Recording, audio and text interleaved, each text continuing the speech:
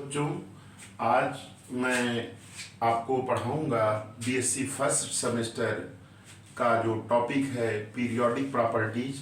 लेकिन इस चैप्टर को पढ़ाने से पहले बेटा आज हम लोग उसके चैप्टर के जो बेसिक हैं उन पॉइंट्स की चर्चा करते हैं।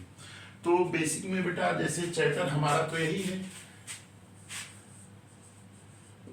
पीरियोडिक प्रॉपर्टीज, ये बेटा चैप्टर है ना। इस चैप्टर को समझने के लिए बीच बीच में कुछ टर्म्स आएंगे, उनको मैं पहले बता दे रहा हूँ। बुक्स में बेटा इसको मेंशन कर दिया, जैसे दे दिया screening effect, due to screening effect. अब आपको स्क्रीनिंग इफेक्ट की जानकारी नहीं है। फिर बेटा बीच में आ गया आपका स्टेबिलिटी ऑफ ऑर्बिटल्स, उसकी भी जानकारी नहीं है। इफेक्टिव न्यूक्लियर चार्ज आ गया, और इसके बाद बेटा उसमें स्लेटर रूल के विषय में भी चर्चा करेंगे। तो आज जो बेटा हम डिस्कस करेंगे, पहला टॉपिक हमारा ये रहेगा, जो मैं लिख दे रहा हूं पहले टॉपिक क्या क्या मैं बताऊंगा। जेड इफेक्टिव, जिसको कि इफेक्टिव न्यूक्लियर चार्ज कहते हैं। इफेक्टिव न्यूक्लियर चार्ज बेटा, इफेक्टिव न्यूक्लियर चार्ज कहते हैं जिसको। दूसरा टॉपिक हम डिस्कस करेंगे आपको स्क्रीनिंग इफेक्ट, स्क्रीनिंग इफेक्ट। और फिर तीसरा टॉपिक मेरा बेटा, पहले इसको हम बता दे रहे हैं क्योंकि इनकी जरूरत बीच बीच में पड़ेगी। क्या है? स्क्रीनिंग इफेक्ट के बाद आपका आता है stability of orbital, stability of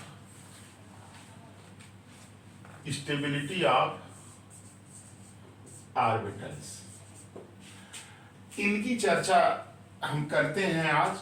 और इसके बाद तब इस चैप्टर में हमको क्या क्या पढ़ना है। इस चैप्टर में हमको पढ़ना है एटॉमिक रेडियस के विषय में, आयोनाइजेशन इंथैल्पी के विषय में पढ़ना है, और इलेक्ट्रोनेगेटिविटी के विषय में पढ़ना है। इससे 1 से 1.5 क्वेश्चन जरूर मिलता है बेटा। तो ये चैप्टर आपका बीएससी फर्स्ट सेमेस्टर का है, और आप इसको ध्यान से मेरे वीडियो को देखिए, आपको समझ में 100% आएगा, उसमें कोई दिक्कत नहीं होगी। केवल इसलिए मैंने पहला ये सब टॉपिक क्लियर कर दे रहे हैं। तो बेटा पहला टॉपिक हम आज पढ़ाने जा रहे हैं आपको effective nuclear charge. Screening effect है। स्क्रीनिंग इफेक्ट को सेल्डिंग इफेक्ट भी कहते हैं। क्या कहते हैं? सेल्डिंग इफेक्ट। चलिए अब देखिए बेटा, इसकी चर्चा हम कर रहे हैं इफेक्टिव न्यूक्लियर चार्ज क्या होता है। देखिए इफेक्टिव न्यूक्लियर चार्ज जो होता है, इसको कैलकुलेट कैसे करते हैं, फार्मूले से ही मैं डिफिनीशन आपको बता दे रहा हूं। देखो बेटा, ये होता क्या है, Z effective is equal to Z minus क्या होता है, सिग्मा। ये बेटा जेड इफेक्टिव क्या है, ये इफेक्टिव न्यूक्लियर चार्ज है। जेड क्या है, जेड इसको आप कह सकते हैं एटॉमिक नंबर, एटॉमिक नंबर, या इस जेड को बेटा हम कहते हैं नंबर ऑफ प्रोटॉन्स भी कह सकते हैं, नंबर ऑफ प्रोटॉन्स। वही एटॉमिक नंबर तो प्रोटॉन्स के बराबर ही होता है। और ये बेटा सिग्मा क्या है आपका, screening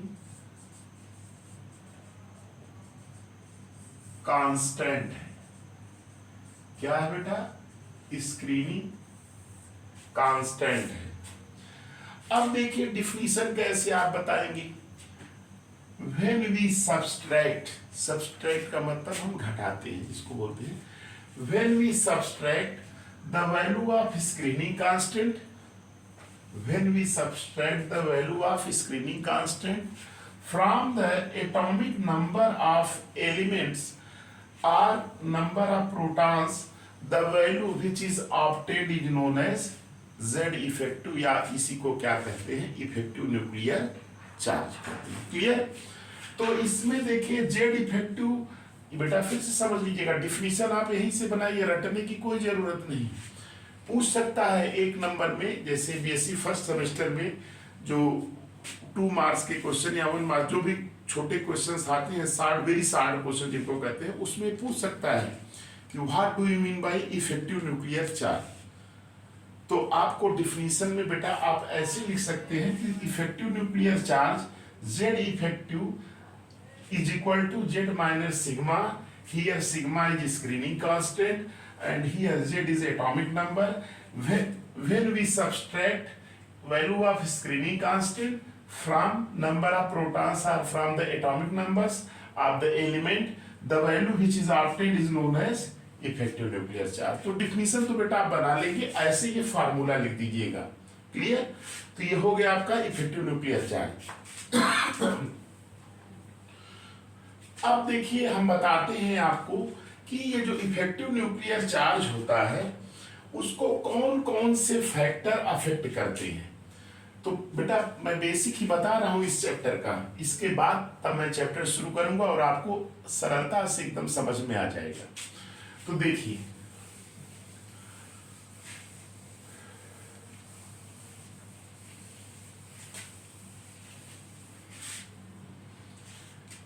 factors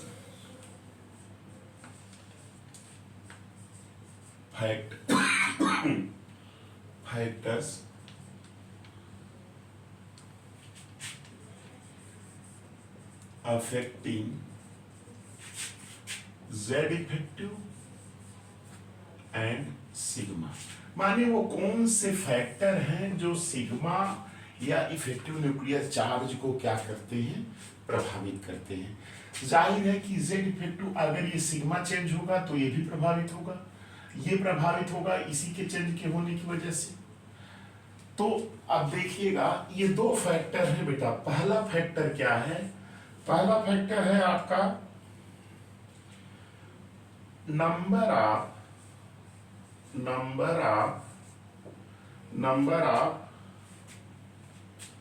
electrons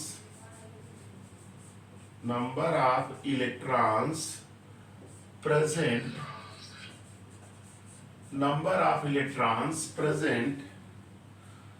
in the inner shell. आप तो जानते हैं इनर सेल, ये कह सकते हैं कि इनर सेल में जो इलेक्ट्रॉन्स प्रेजेंट है उनके नंबर पर ये डिपेंड करता है, या इसी को दूसरे नाम से भी दिया है बुक्स में। क्या दिया है? Number of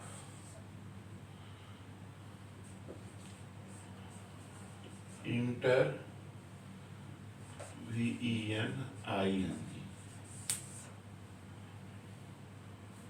electrons.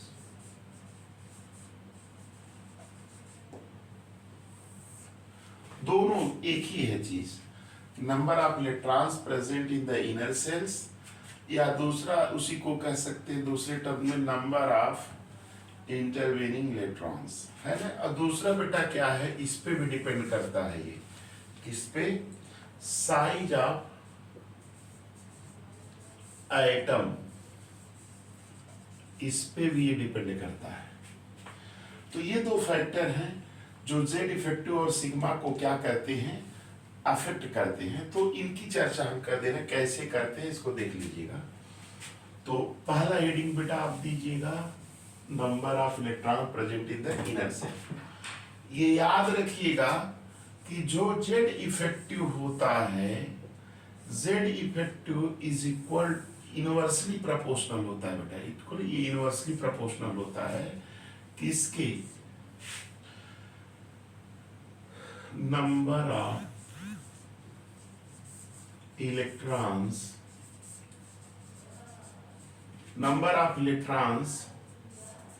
present in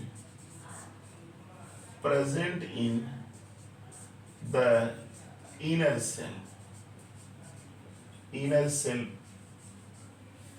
के नंबर पर, या बेटा इसको कह सकते हैं सिग्मा, जिसको कि स्क्रीनिंग कांस्टेंट होते हैं, ये प्रोपोर्शनल होता है किसके? नंबर ऑफ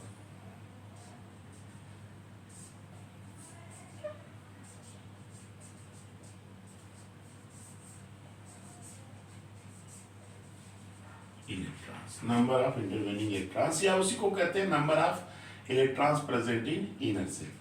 अब बेटा देखिए क्या है, इस फार्मूले से आपको इस रिलेशन से ये चीज समझ में आ रही है ना कि अगर number of electrons present in the inner shell अगर ये वैल्यू इंक्रीज करेगी तो इफेक्टिव न्यूक्लियर चार्ज क्या होगा, डिक्रीज करेगा। या आप देख रहे हैं बेटा Z effective is equal to क्या होता है, जेड माइनस सिग्मा होता है। अब जो देखिए नंबर ऑफ इंटरवेनिंग या number of electrons present in the inner shell, यही चीज ये सेम है। अगर ये बढ़ेगा तो ये क्या होगा, बढ़ेगा। और आप जान रहे हैं कि जब सिग्मा बढ़ेगा तो जेड इफेक्टिव क्या होगा, घटेगा। मैथमेटिकली बेटा एकदम क्लियर हो गया आपके सामने कि कैसे number of electrons present in the inner shell प्रभावित करते हैं इफेक्टिव न्यूक्लियर चार्ज से।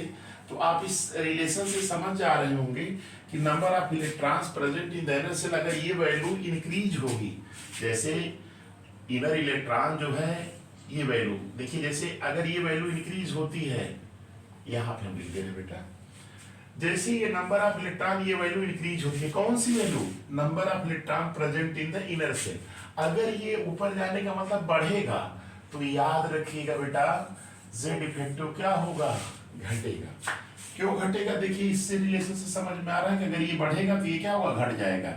या ऐसे कर सकते हैं कि अगर इनर सेल में इलेक्ट्रॉन्स बढ़ेंगे तो सिग्मा की वैल्यू क्या होगी, बढ़ेगी। और अगर सिग्मा की वैल्यू बढ़ेगी तो इफेक्टिव न्यूक्लियर चार्ज क्या हो जाएगा बेटा, घट जाएगा। क्लियर। तो एक फैक्टर आपको समझ में आ गया। दूसरी चर्चा करते हैं।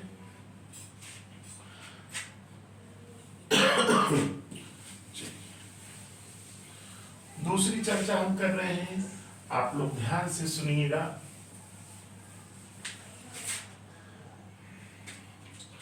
दूसरा फैक्टर जो है size of atom, size of atom. Atom का जो साइज है कैसे अफेक्ट करता है किसको, जेड इफेक्टिव को। तो याद रखिएगा कि जेड इफेक्टिव न्यूक्लियर चार्ज इसको कहते हैं, Z effective inversely proportional to size of atom. ये याद रखिएगा, ये फार्मूला है। इससे आप एक्सप्लेन कर सकते हैं कि अगर बेटा size of atom, size of atom, अगर साइज ऑफ एटम बढ़ेगा, जैसे यहां पे लिखी इनवर्सली है ना, अगर ये बढ़ेगा तो ये क्या होगा, घटेगा। तो वही साइज ऑफ एटम अगर बढ़ेगा तो जेड इफेक्टिव क्या होगा, घटेगा। तो इस प्रकार से ये क्लियर हो जा रहा है कि एटम की साइज बढ़ने से इफेक्टिव न्यूक्लियर चार्ज घटता है, साइज ऑफ एटम बढ़ेगा तो जेड इफेक्टिव घटेगा। ऊपर जाने का मतलब बढ़ रहा है, नीचे एरो का मतलब घट रहा है। क्लियर। तो इफेक्टिव न्यूक्लियर चार्ज ये दो फैक्टर पर डिपेंड करता है। पहला फैक्टर है आपका साइज ऑफ एटम और दूसरा फैक्टर है number of inner electrons present in the, number of electrons present in the inner shell. Inner shell में जो इलेक्ट्रॉन्स का नंबर है उस पे जो प्रेजेंट होते हैं किसी सेल में, इनर सेल में, उस पे निर्भर करता है। तो ये चीज क्लियर हो गई। अब मैं दूसरा इसका जो है इस चैप्टर का जो दूसरा बेसिक पॉइंट है वो बताने जा रहा हूँ।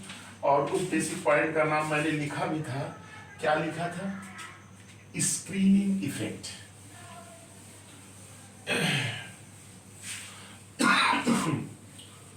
Screening effect.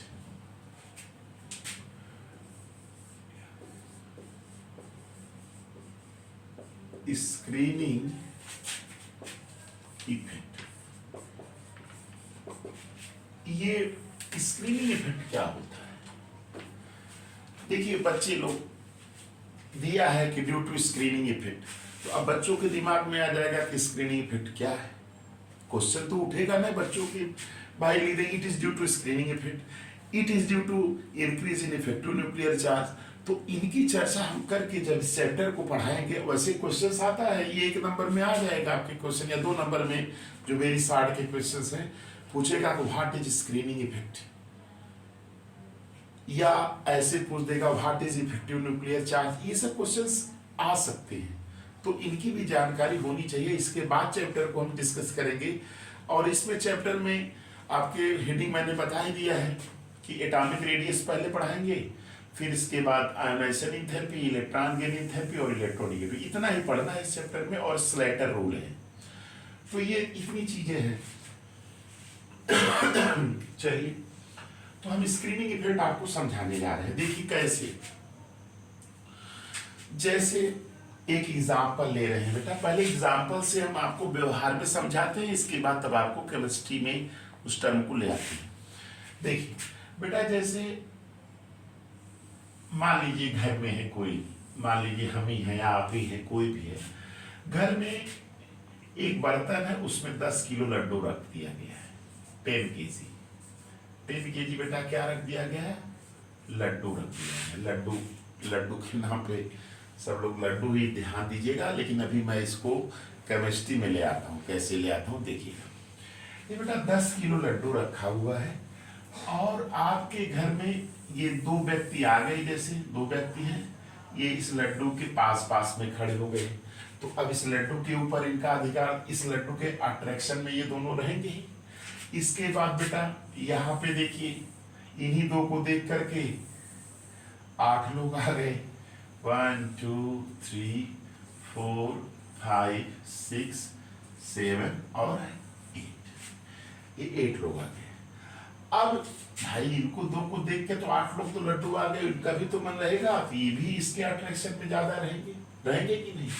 सबसे कम जो है देखिए, ये लास्ट में है बेटा, ये देखिए ये 2 लोग हैं खड़े, ये मान लीजिए एक ये है और एक ये है, तो 2 व्यक्ति हैं। तो ये बताइए कि सबसे ज्यादा कांटेक्ट में कौन रहेंगे इस लड्डू की? ये 2 व्यक्ति रहेंगे। ये देखिए इन पे ज्यादा रहेगा इनका, वो है कि नहीं? और फिर इन दोनों के बाद किसका नंबर आएगा? इनका नंबर आएगा, है कि नहीं? बोलिए, ये आएगा ना? इनको एक एक एरो दिखा रहे हैं। और सबसे कम दूरी बढ़ गई ना, यहाँ पे देखिए, ये इसको मैंने डॉटेड से कर दिया, इनका और इनका, है ना? क्यों? ये बाहर के लिए कम हो रहा है, इसलिए हो रहा है कि जो लड्डू है उसके कांटेक्ट में क्या है, 2 लोग पास में हैं, फिर ये 2 लोग के बाद इसमें 8 लोग हैं, तो फिर इसके बाद 2 हैं। तो अब देखिए, ये जो 2 लड्डू है, 2 व्यक्ति हैं, 2 व्यक्ति स्क्रीन का काम कर रहे हैं इन 8 के लिए, और 2 व्यक्ति और 8 व्यक्तियों का स्क्रीन का काम कर रहा है इन 2 के लिए। इस रेंज के ऊपर कम रहेगा इसका अट्रैक्शन, रहेगा ना? तो ये तो व्यवहार में आप जान ही रहे हैं कि अब बेटा इसको मैं केमिस्ट्री में ले आता हूँ। देखो देखो, यानी कि ये जो 2 व्यक्ति हैं, 2 पर्सन्स हैं, इनकी वजह से इन 8 का अट्रैक्शन कम हो रहा, माने इसके कांटेक्ट में ये 8, फिर सबसे कम अट्रैक्शन इनका रहेगा, ये 2 का लास्ट में। तो स्क्रीन का काम कर रहे हैं, नहीं पर्दे का काम। अच्छा चलिए ठीक है, ये थोड़ा सा दिमाग में आपके बैठ गया होगा। अब बेटा ये स्क्रीनिंग इफेक्ट हम आपको समझाते हैं, एकदम क्लियरली आपको समझ में आ जाएगा क्या है। देखिए, जैसे मैंने लड्डू की बात की, हमने इसको क्या मान लिया? न्यूक्लियस। ये क्या है? न्यूक्लियस। न्यूक्लियस है, न्यूक्लियस में बेटा न लिखे, हम सीधे लिख दे रहे हैं प्रोटॉन प्लस न्यूट्रॉन्स, है ना? न्यूक्लियस, ये न्यूक्लियस है। अब इसके चारों तरफ ये जो देखिए जो घेरा बना हुआ है, इसको हम क्या मान रहे हैं? ये आपका बेटा ये 2 व्यक्ति हैं, 2 व्यक्ति का मतलब 2 इलेक्ट्रॉन है। अभी व्यक्ति छोड़िए, अब यहाँ भूल जाइए। अब यहाँ इसके बाद ऐसे क्या है? ऐसे ही घेरा है, और ये क्या है? 1 2 3 4 5 6 7 एंड 8। इसके बाद ये क्या है आपका भाई लोग? 2 लोग का 1 और ये 2, ऐसे रहना चाहिए, ऐसे।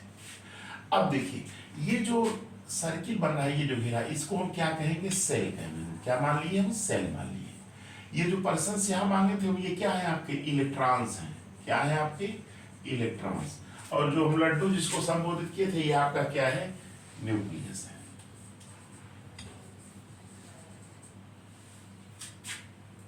न्यूक्लियस है ना? तो देखिए, इससे एकदम से मिल रहा है कि नहीं? देखिए, ये आपकी सेल है, first shell, second shell, third shell, है कि नहीं? चलिए, अब देखिए, समझिए कि स्क्रीन इफेक्ट क्या होता है। हम इसको यहां से इरेज कर दे रहे हैं। देखिए, इससे एक दूसरे से मिल रहे हैं, बट हमने क्या किया? इसको इरेज कर दिया, हटा दिया यहां से। जब देखिए, इस न्यूक्लियस का अट्रैक्शन सबसे ज्यादा कहां रहेगा? इस न्यूक्लियस का अट्रैक्शन सबसे ज्यादा किस इलेक्ट्रॉन पे रहेगा? ये सोचिए, अभी मैंने एग्जांपल लिया था ना आपको, तो सबसे ज्यादा अट्रैक्शन इस न्यूक्लियस का किस पे रहेगा? इन दो इलेक्ट्रॉनों पर रहेगा कि नहीं, क्योंकि ये दोनों पास में है इससे, बोलिए रहेगा। इसके बाद इस न्यूक्लियस का अट्रैक्शन इन 8 पे लगेगा, और सबसे कम अट्रैक्शन किस पे लगेगा? ये आउटर सेल, 2 इलेक्ट्रॉन, ये इसको क्या कहते हैं? Outer shell, outer shell. और इन इलेक्ट्रॉन को कहेंगे आउटर सेल इलेक्ट्रॉन्स कहेंगे। क्या कहेंगे? आउटर सेल इलेक्ट्रॉन्स कहेंगे। और ये अंदर वाला जो है इसको हम क्या कहेंगे भाई साहब? वो इसको कहेंगे इनर सेल कहेंगे, इनर सेल कहेंगे। और ये जो इलेक्ट्रॉन्स हैं आपके, इन इलेक्ट्रॉन्स को क्या नाम दिया जाएगा? Inner shell electron, inner cell electrons, है ना? देखिए लड्डू जैसा उदाहरण आ गया, तो समझ में आ गया होगा, क्लियर हुआ क्या? Inner shell electron, inner shell electron, दिमाग बैठाइए, inner shell electron reduces nuclear force of attraction. Inner shell electron reduces nuclear force of attraction on the outermost cell electron. Inner cell electron acts as a screen. Inner cell electron acts as a screen for outer cell electron, and this effect is known as screening effect. तो अब देखिए इसको ऐसे simple में लिख सकते हैं कि inner shell electron reduces, inner cell electron reduces nuclear force of attraction. Inner cell electron reduces nuclear force of attraction on the outer cell electron, outer cell electron. This effect is called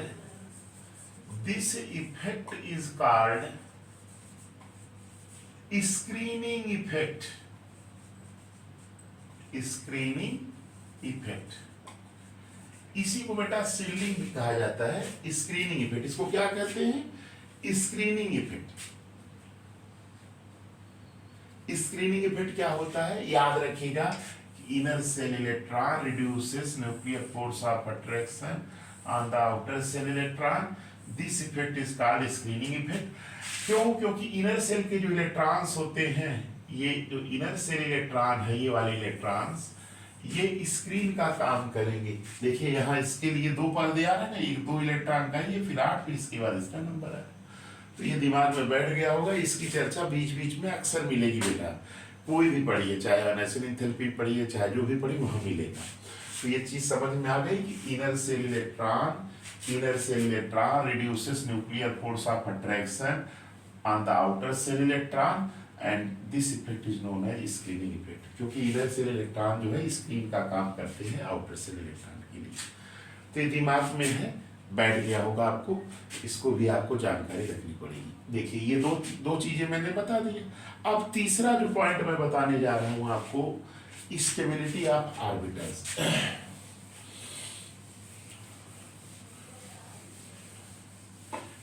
stability of orbitals.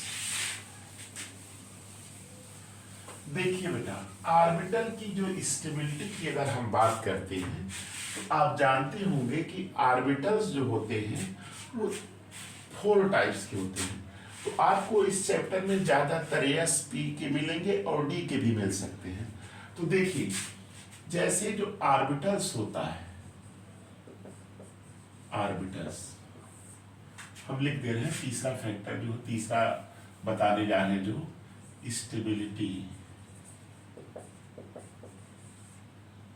Stability of atomic orbitals. ये बेटा atomic orbitals की stability कैसे affect करती है, जो factors पढ़ाएंगे आपको। जैसे पहला मैं पढ़ाऊंगा एटॉमिक रेडियस, तो कैसे वो प्रभावित होगा इससे, ये सब चीजें मैं आपको बताता चलूंगा, और आप को समझ में एकदम क्लियर कट में आएगा, घबराइएगा नहीं। देखिए जैसे ऑर्बिटल्स की बात अगर हम करते हैं तो s ऑर्बिटल होता है और p ऑर्बिटल होता है और आपका d ऑर्बिटल भी होता है। ज्यादा क्वेश्चन इसी पे मिलेंगे। देखिए s ऑर्बिटल यानी s सबसेल में 1s ऑर्बिटल होता है, p सबसेल में 3p ऑर्बिटल्स होते हैं, p सबसेल में 3p ऑर्बिटल होते हैं और d सबसेल में 5d ऑर्बिटल होते हैं। 1 2 3 4 है ना इसमें। तो s सबसेल या याद रखिएगा ऑर्बिटल से सबसेल, सबसेल से फिर सेल, ये होता है। तो अभी स्ट्रक्चर ऑफ एटम जब मैं बताऊंगा तो वहां पे भी क्लियर हो जाएगा, लेकिन वो आपको पढ़ना नहीं है इसमें बीएससी फर्स्ट सेमेस्टर में। तो मैं उसको अलग से जो है आपको, जैसे 11th में आप लोग पढ़े होंगे तो वहां पे है, या इतनी तो जानकारी आपको तो रखनी ही पड़ेगी। ऑर्बिटल्स के विषय में आपका एक चैप्टर है जिसमें अबाव प्रिंसिपल दिया है, ऑर्बिटल दिया है, ओवरलैपिंग दिया है, केमिकल बॉन्डिंग के नाम से कुछ लोग कहते हैं उसको, जिसमें हाइब्रिडाइजेशन उसमें है। तो याद रखिएगा कि यह सबसेल में एक ऑर्बिटल। अब देखिए अगर एक ऑर्बिटल में कितने इलेक्ट्रॉन हो सकते हैं? 2, है ना। ये देखिएगा ये भी एस ऑर्बिटल है, ये भी एस है, ये भी एस है, ये भी एस है। अब इसमें एक देखिएगा, अगर ये 2 भरे हुए हैं तो ये क्या ऑर्बिटल को कहते हैं? फुल फील्ड कहते हैं। क्या कहते हैं? Full field.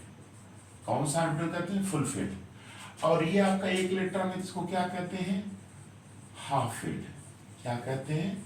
हाफ फील्ड कहते हैं। इसी तरह से इसमें देख लीजिए कि पी ऑर्बिटल्स होते हैं जो 3 टाइप्स के होते हैं। इसमें px py pz, px py pz जो होते हैं, तो इसमें भी वही है, 1 ऑर्बिटल्स 2 इलेक्ट्रॉन्स हो सकते हैं। ये इसमें क्या है? 1 इलेक्ट्रॉन्स होंगे। ये क्या है? आपका फुल फील्ड है। ये आपका क्या है? फुल फील्ड है। और ये आपका क्या है? हाफ फील्ड है। फुल फील्ड और हाफ फील्ड ये। इसी तरह से डी में भी होंगे, डी में भी यही होगा, 1 2 3 4, 1 2 3 4 5।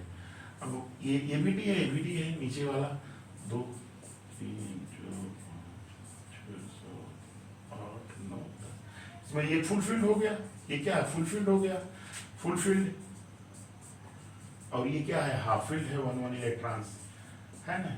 तो याद रखिएगा अगर ऑर्बिटल फुल फील्ड है, ध्यान से सुनिएगा, अगर ऑर्बिटल, इस पे ढेर सारे क्वेश्चंस आपको मिलेंगे, जैसे इलेक्ट्रॉन एफिनिटी या इलेक्ट्रॉन गेन एंथैल्पी में मिलेगा इसका एक्सप्लेनेशन, आयोनाइजेशन एंथैल्पी में मिलेगा इसका एक्सप्लेनेशन, फर्स्ट ऑर्डर, इस तरह के क्वेश्चन बहुत आते हैं इस पे। तो एक्सेप्शनल क्वेश्चन जो आएंगे सब इसी बेस पे रहेंगे। तो मैं इसको इसलिए बता दे रहा हूँ कि जो फुल फील्ड ऑर्बिटल होता है वो सबसे ज्यादा स्टेबल होता है। फुल फील्ड ऑर्बिटल सबसे ज्यादा स्टेबल होता है।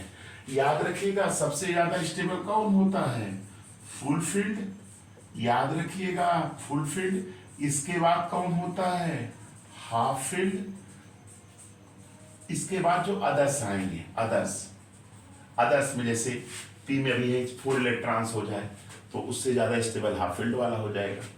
तो जैसे ये देखिए, ये चीज है फुल फील्ड है, ये हाफ फील्ड है। अगर पी का अगर कोई कन्फिगरेशन ये आ गया, देख रहे हैं ना, ये 1 2 3 4। अब देखिए ये तो सबसे स्टेबल है, इसके बाद इससे कम ये रहेगा और सबसे कम कौन रहेगा? ये तो वही मिले, full field most stable, than half field and half field stable, than others में ये आपका जाएगा।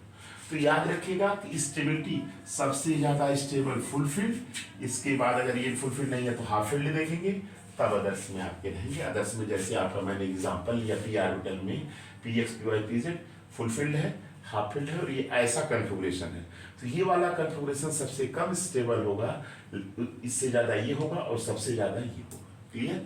और इसमें आप जानते हैं कि due two symmetrical nature, due to symmetry and exchange energy की वजह से ऐसा होता है। इतना ज्यादा जानने की जरूरत नहीं है बेटा, बस केवल ये जानिए कि ये कन्फिगरेशंस स्टेबल्स होते हैं।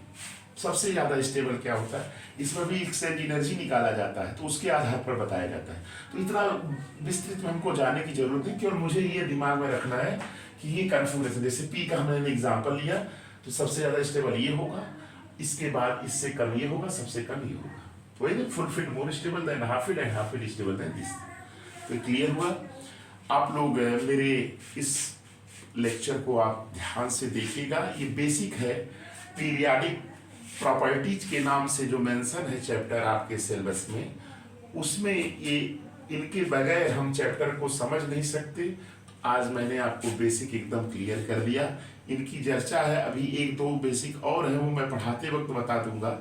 इसमें दिया है बुक में लास्ट में स्लेटर रूल, जेड इफेक्टिव कैसे कैलकुलेट करते हैं, स्लेटर रूल से उसका कैलकुलेशन भी मैं बता दूंगा। तो आप इसको ध्यान दीजिए और आप आसानी से आपको ये चैप्टर समझ में आएगा।